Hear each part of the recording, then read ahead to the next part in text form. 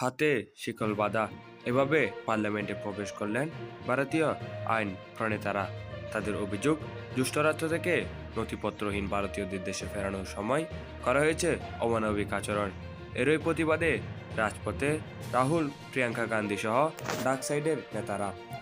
অভিবাসন ইস্যুতে ট্রাম্পের কঠোর অবস্থানে জেরে ভারতে ফিরেছেন 104 জন।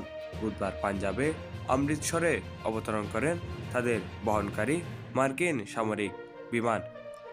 ঘরে ফেরা ভারতীয়দের বয়নে উঠে এসেছে ভয়ঙ্কর তথ্য। বন্দি শিবির থেকে বের করার আগে হাত পা বাঁধে নিরাপত্তা কর্মীরা। জানতাম না কোথায় নিয়ে যাচ্ছে, ভাবছি অন্য কোনো ক্যাম্পে নেওয়া হচ্ছে। বিমান ওড়ার 9 ঘন্টা পর একজন অফিসার এসে জানান দেশে ফেরত পাঠানো হচ্ছে। দীর্ঘ 40 ঘন্টা হাত পা বাঁধা ছিল।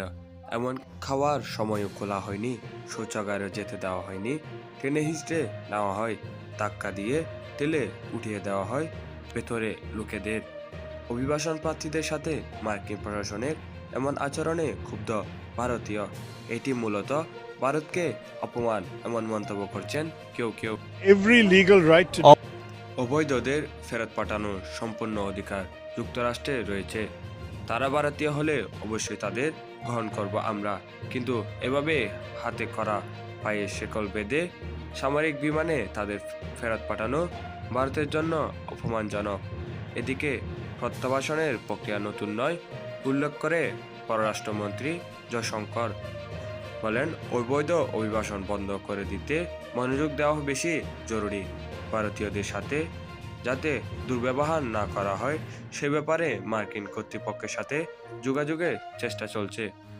অবৈধ অভিবাসন প্রার্থীদের প্রত্যাবাসন নতুন নয়, বহু বছর ধরে চলমান, কিন্তু ভারতীয়দের সাথে যেন দুর্ব্যবহার না করা হয় সে বিষয়ে মার্কিন সরকারের সাথে যোগাযোগের চেষ্টা করছি। তবে পার্লামেন্ট নিশ্চয়ই বুঝতে পারছে দালালদের অবৈধ কার্যক্রম বন্ধই ভারতের মূল লক্ষ্য। অভিবাসন ইস্যুতে যে কঠোর হবেন নির্বাচনের আগে বেশ খোলা বলেছিলেন ডোনাল্ড ট্রাম্প।